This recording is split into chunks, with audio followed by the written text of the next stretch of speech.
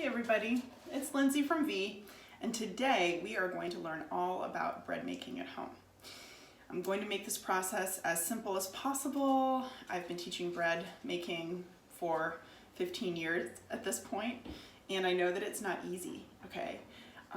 But we're gonna work on a loaf that's gonna be perfect for sandwiches, for breakfast, for croutons, as a side for your pasta dinner or salad, and soup, especially because it's a great time to make soup.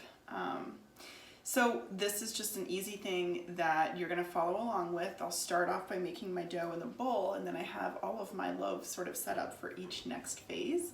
So this will be a really quick video, and hopefully by the end of this you'll be able to feel confident to go into your own kitchens and make it for yourselves. So this is what's called a milk bread. So I'm using dairy. You can substitute a nut milk if you're vegan, or just use water. I'm going for sort of an Italian loaf, the kind you find in the grocery store with the sesame seeds on top. So nice and big with some slashes along the top, sesame seeds, and really light and fluffy, not a lot of big holes. We're also going to be using a fat today, which is vegetable oil in this case, and we're using some agave for sweetener, a little bit of salt. And my main goal is to help you create something like this at home. So let's get started. What I'm going to start with is a medium-sized bowl. My goal is to not give you a lot of dishes to do when you're cooking in the kitchen. So we're going to be making the dough in this bowl, and we're not going to be using any other bowls.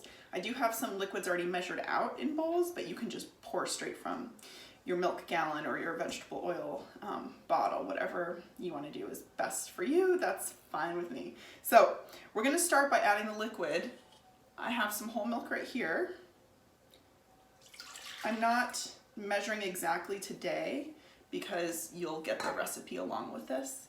And also I think that's important because I teach a lot of common sense baking. It's super important to me that you guys learn how to make bread by the way that it smells, looks, and feels. Because even if you follow the same recipe every single day, your result could be different because of the weather. Isn't that crazy? So today it's pretty dry out, but tomorrow it could be raining, and you never know. So we're gonna go by, this lesson is focused primarily on common sense cooking when it comes to forming a dough. And then you'll get the recipe like I said, so you don't have to worry, you don't have to take notes, just sit back, relax, and watch me do this. So I have some water and some milk in here. I'm going to add some vegetable oil.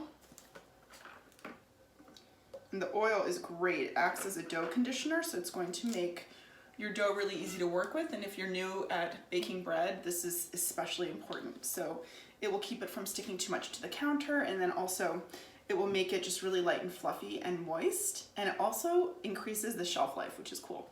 So I also have some agave here. I'm going to add a little bit. Now the sugar for the agave is actually important because it helps to feed the yeast, which is our next ingredient. If you don't have agave, you can use honey, you can use sugar, you can use brown sugar, you can use anything that is a sweetening agent because the yeast like to eat that. I'm pouring about the equivalent of 1 packet of yeast, which is 2 1/4 teaspoons. And notice I'm not adding any salt yet. So the salt can actually kill the yeast. So we're gonna wait and add that salt later. It's an important ingredient. So I'm carefully mixing this, and notice that I just sprinkled the yeast on top. If you pour it out in one go, it's going to create a lot of clumpiness, which is hard to get rid of later as you're kneading. Next, I'm gonna sort of free flow with this flour, but you're looking for about 3.5 to 4 cups altogether. But again, depending on if it's dry or humid outside, that number can change. So you can always add, but you can't take away. So we're gonna add our flour little by little and stir it using a folding method. So scooping around the outside and then turning it back over on itself. You're gonna see a lot of bubbles. I get questions all the time about proofing yeast, which is when you put yeast in warm milk or water with some sugar and see if it activates or comes back to life and starts eating the things around it. I'm not proofing my yeast in this case because I just bought this yeast and I know that it already works. So if you've been working with yeast for a while, you can continue to do this. If you haven't, then I would test it for about 10 minutes before you add your other ingredients, especially because right now flour is kind of hard to come by. Now, if you don't have yeast, you can also use baking powder or baking soda and make more of a soda bread. So we're mixing this until we get what I like to call a shaggy dough. I'll show you what that is in just a second. So it's basically the trick to making bread is adding as much liquid and as little flour as possible. So we want that flour to get absorbed by the liquid, just enough. I'm going to scrape the bottom. Sometimes the liquid likes to hang out down there. A little bit more flour, and I predict this is going to be ready to knead.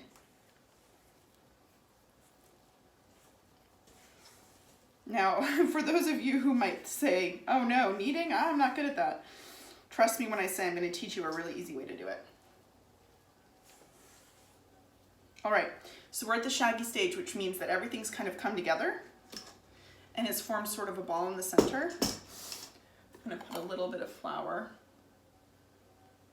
on my work surface here, and I'll reserve a little bit more off to the side because I'm going to be using that as needed. So I'm going to scrape all of my dough in one big go out onto my work surface. Gather all the little stragglers there. Put them down. Then this goes away. We don't need this anymore. All right. We're going to sprinkle a little bit of flour on top and leave the rest off to the side, which we'll be using later to flour our hands. So this is a dough scraper. This is an essential tool. And whenever anyone asks me what tools must they have when they're working with bread, I always say this is the number one thing you should get. So I'm moving from the outside in a counterclockwise motion, but you can also do clockwise. Just make sure you're not missing steps. So we don't want to go from here and then go from here. We want to continue going in the same circle because this is, believe it or not, actually creating the initial structure for the way our loaf is going to be shaped, which is cool. We're using the dough scraper because at this stage the dough is really sticky and we haven't started developing the gluten yet. But you'll notice the gluten starts to develop when two things happen. It stops sticking to the counter and it starts to get a little bit tough. So I like to say it's like giving you some attitude, it's kind of pushing back. All right, so now it's also smoothing out a fair amount. I'm going to put a little bit more flour underneath, put that guy on top. I'm going to dispose of that, and now I'm going to just use my hands. So a little more flour on top, plus more off to the side on my hands. I'm going to push down. Notice that my dough is in a circle. I'm going to flatten it out. I'm sort of testing it to see how sticky it is. Sometimes if the water doesn't have enough flour to absorb, it will start to sweat a little bit and you just need to add a little more flour. But we're good, so I'm going to take the side that's furthest away from me and press in. And since I was working in a counterclockwise motion, I'm going to do that again. So it's kind of like folding an envelope. You want to move quickly. If your dough's sticking, get more flour on your hands. And keep moving from the outside in. And I'm not spending a lot of time touching my dough, because then it will start to stick, and once it starts to stick, then it sticks to everything, and you have to go wash your hands. So we're a little bit sweaty still, but I can feel it's getting really soft. And at this stage, you're gonna keep on kneading like this from the outside in, using the heel of your hand to push. You're gonna continue to do this until your dough starts to give you some pretty solid resistance. And that just means that it's time for it to rest. So we're getting there. And this is such an easy recipe too, because it doesn't take that much time. It doesn't need that much time to rise, especially if you have rapid rise yeast. If you're not using yeast and you're using baking powder or baking soda, you really don't have to wait that long. And if you're using sourdough, I would wait a little bit longer. All right. So you can probably tell by my movements that it's getting pretty tough. So at this stage, what you're going to do, notice how I'm moving it around too, because I don't want it to stick So I'm always like lifting it up to check. At this stage, I'm gonna say, okay, you, my friend, need to hang out right over here. So I'm gonna put some flour down, form it into a ball, and sprinkle the top with a little bit of flour, and that is only going to hang out for about 10 minutes. Next, I'm gonna pull in my little friend here who's been hanging out for 10 minutes, and I'll show you what to do next. So step 1, step 2. We're going to take the loaf, the little dough boule or ball here, and the seam side is down right now. We're going to flip it so the seam side is up. We're gonna flatten it out. You're gonna notice it's really soft. And we're gonna start the same process. So this is only a 10-minute rise at the beginning. And then kneading again as we're shaping. And if you've ever seen like swirl bread, it has, ooh, got a hair in my mouth. It has like a swirl pattern when you cut it open. That's sort of what we're doing right now, which is why we continue to go in the same direction. Now, what I'm noticing that's so cool is that it's getting really tight again, which is good, but it's also getting really smooth on the outside. So if you take the side of your hand and touch your cheek, that's what you want the outside of your bread to feel like. Now, for the final pull in, notice how I have a longer side right here. I'm gonna stretch it a little bit, pull it in, and press it firmly. Now it looks exactly like an envelope. And I'm gonna take that envelope seam and use the side of my hand to make a trench down the middle. Notice when you do this at home or while I'm doing this, that these two sides are gonna get a little bit pointy. That's great, because we're gonna take it and fold it over on itself. This part here is called the seam. We're gonna pinch it a little bit and place it seam side down. Now, I'm gonna take my hands and cup them underneath and press hard. That seals the seam. And now we have this beautiful oval loaf, and all it's gonna do is just rise on a piece of parchment with a little bit of flour sprinkled on top and a wet towel or a piece of plastic. Now, here's the last step. This guy here has been sitting and rising on my piece of parchment. All I do, I'm gonna switch that out. All right, I'm gonna dust off any extra flour, really gently. And because this yeast that I'm using is rapid rise, you're not gonna see the loaf rise too much, but we're not gonna shape it anymore. It has to sit like this. Next, I'm gonna dip my hands in some water and get the top wet. This is gonna do two things. It's gonna help our sesame seeds stick, and it's also going to make our dough nice and shiny when we bake it. So not too much water. If you have a spritz bottle, you can use that too.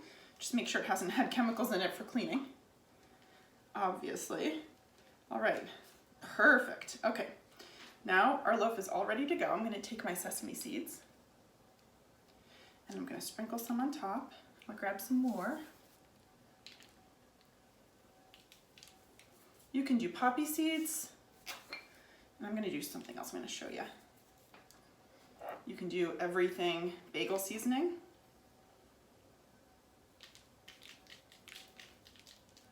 Gorgeous. I love food. And my hands are not super clean at the moment. Aha, here we go, here's my towel. They are clean, I washed them. They're just not clean after kneading all the dough. Woo, okay. Last but not least, you're going to take a serrated knife. This is super important. Take a serrated knife. You can get it wet with your fingers.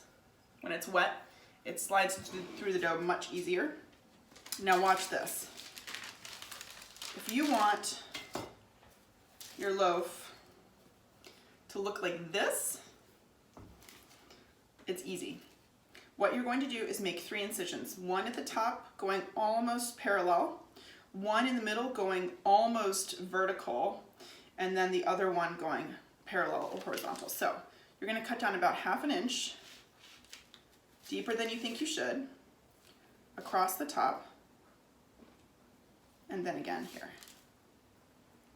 Oh, beautiful. Okay, so this is going to go in the oven at 425 degrees for about 20 to 30 minutes, and then you're going to reduce the temperature to 325 and keep an eye on it. You'll want to rotate your pan halfway through, and when you're done, it's going to look nice and golden brown like this. It's going to be opened up and beautiful. All of the steam is able to escape through the cuts that we make on the top. That's why we do that. Then you're going to let it cool for 2 hours, and then you can enjoy it. If you can't wait, you can obviously eat it right away, but cooling for 2 hours lets all of the rest of the moisture leave the bread so it's not doughy in the middle. So it's all up to you. Anyway, thanks for watching. I hope this helped, and don't forget to get in touch with me or go on my website, getvie.com, and you can contact me and ask me any questions that you like. Okay, thanks a lot.